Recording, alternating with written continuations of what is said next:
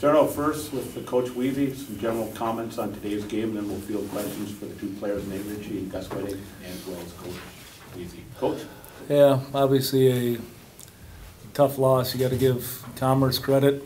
They were, as we expected, they're a hard-nosed football team, well coached, and they played to the whistle every snap. The same respect, got a lot of respect for our seniors and what they've done for our football program, where they've led us, where they had us today in a position at home in the national playoffs. And national playoffs, you're going to play good teams. And, you know, I thought the deciding factor in today's game was, you know, we got beat pretty good in the kicking game. And we knew that going in, that we were going to need to be able to flip the field in the kicking game. And giving up the punt return at the start of the second or end of the first half was a critical mistake, and then having one blocked in the third quarter in a situation where we had an opportunity to flip the field. Those are game changers, and you can't let that happen against good football teams. Okay, questions? Nate, what were they doing on defense today that kind of made your day pretty long and hard all day? Kind of just like what Coach said, they were pretty fast, pretty physical up front. You know, they ran sideline to sideline pretty well. Yeah, I don't know. They were a physical team, fast team, athletic. But there was holes there, and we just weren't finding them much in the first half, and kind of turned it around. But yeah, it was just kind of crucial mistakes on key downs that kind of held us back, and getting behind the chains a little bit that were kind of shot ourselves in the foot a little bit. Gus, can you take us through that pick six that you had earlier in the game? Well, we knew coming into the game that they were going to start off with running the football, and then in the passing game they weren't too complex, so they loved those screens, and we had been drilling that basically all week. So I saw that tackle climbing out towards me, and all I got to do is beat him up the field and look back for the ball, and it kind of just appeared in my hand. So that was pretty cool.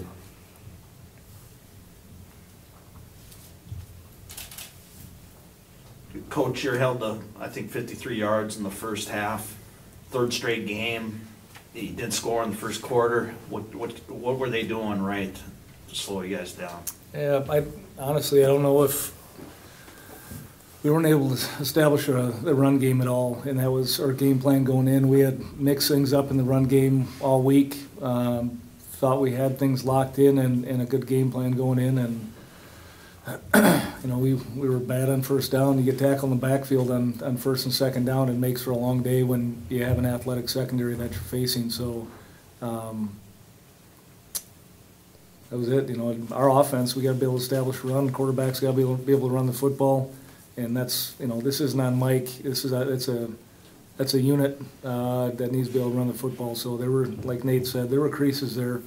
Running the ball, there were opportunities, I think, in the first half of that football game to get the ball downfield to Nate, to Dane Hudson. We had a couple guys open, and, you know, you got to give Commerce credit. They were either in our face or, you know, we were out of position to be able to make a play. Curt, you had the two big plays, interception, touchdowns. I mean, that was, you weren't in control of the game, but you were ahead. And then that crucial run back at the end of the first half was just, I think 9 guys had a hand on him. Yeah, well, Gus was out of the game at that point. Gus had a hand injury. Gus, our snapper, we knew Gus could cover the field on a very explosive punt returner. And our backup snapper is an offensive lineman. So you put somebody like that in space, odds are not going to be in your favor.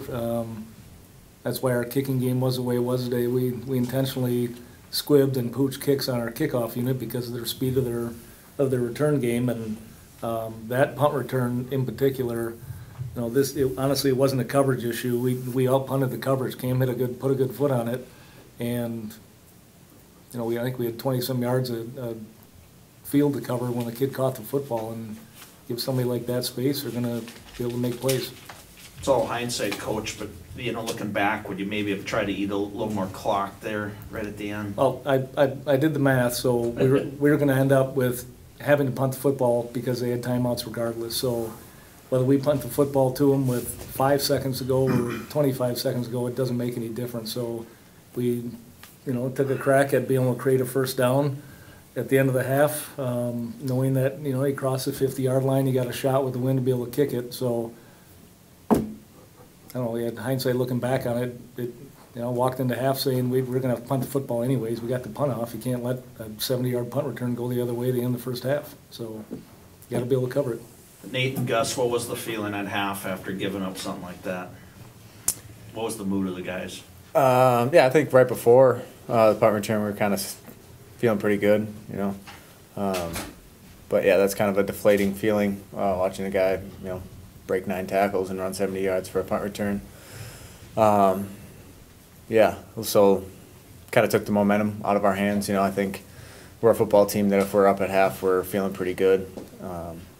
So that flip of momentum there at the end of the first half was it's unfortunate. Gus, Nate, both fantastic careers here at UMD. What has it meant for you guys to be able to put that Bulldog jersey on every Saturday? I mean, it's been awesome. I mean, you can't really draw up a better atmosphere than the Bulldog walk or running out of the Bulldog head and just Molosky Stadium in general. I mean, it's an absolute honor to play for UMD, and as bittersweet as it is, it's nice kind of ending things at your at Molosky. It sounds stupid, but no, there's not many places out there like Molosky Stadium. So, Coach, when you look back at the season as a whole, 11-1, what would you say kind of the identity of this team has been this year? Yeah, well, we hung tight to our senior group. We knew going into the season that we had a tremendous group of seniors that, number one, were going to lead us off the field, which they did in the offseason. Number two, in crunch time and crucial situations, these guys were going to be able to have a calming effect on our football team, and we had that today. Our guys stepped up. We had good leadership on the sidelines, had good leadership in the locker room. We got beat by a good football team, and so what have these guys meant to our program? Everything. We owe them a lot. They've done a tremendous job making sure the chemistry in the locker room is where it needs to be, and only one team walks out of these press conferences at the end of the year happy, and unfortunately, to bow out in the first round again it's a tough thing. We need to improve. We need to be a better football team to get out of the first round. It hasn't happened for a couple of years. You pulled Mike late, just looking for some kind of spark. Yeah. Yep. Mike had had his challenges behind center, and again, it wasn't Mike's solely on Mike, but we needed to mix things up. I thought Ben sometimes, as the quarterback position, has a calming effect on our offense and our sidelines. He's got a little different demeanor than anybody else that we have, to be honest, and we needed a change. Knew that Ben could put the ball downfield for us and try to move the sticks and get the ball to Nate, get the ball to Dane, get the ball to Obi, and Ben was able to do that, but obviously not effectively enough in the situations that we have. So looking back on it, I wouldn't have played it any other way. I thought Mike was deserving of the start. Mike had hung in there. He's played good football for us, and Ben is more than deserving of being given the opportunity to lead our football team back. It was so close, even after they got ahead in the third quarter. You made a couple sideline catches there in a row, and after not having much room all day, you had 2 great catches right in a row, and it looked like, here we go. It just, they were good enough to come up with the counter plays and snuff it, though, eh? Mm-hmm.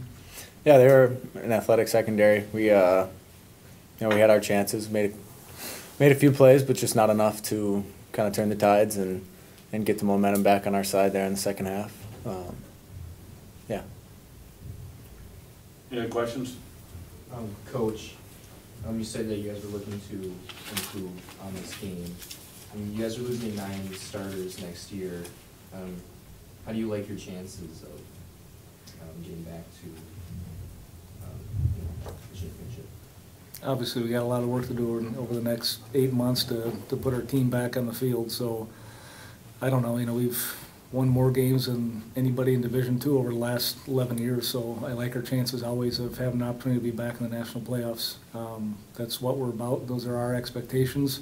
Our expectations are to win games like that, and that's why it's disappointing sitting in the seat.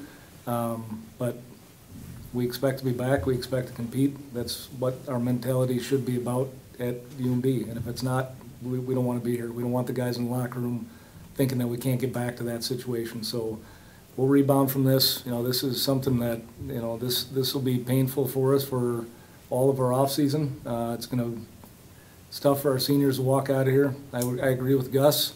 If you're going to lose at Milwaukee Stadium, have an opportunity to walk off that field, you know, for one last time. So, you know, we always like our odds coming back. We got a lot of good young athletes on this football team. So, you know, Coach Steger says this all the time, tradition never graduates. You bring it back and you reload. All right, good note to end on. Gus, Nate, Coach Wiese, thank you very much. Yep, thank you.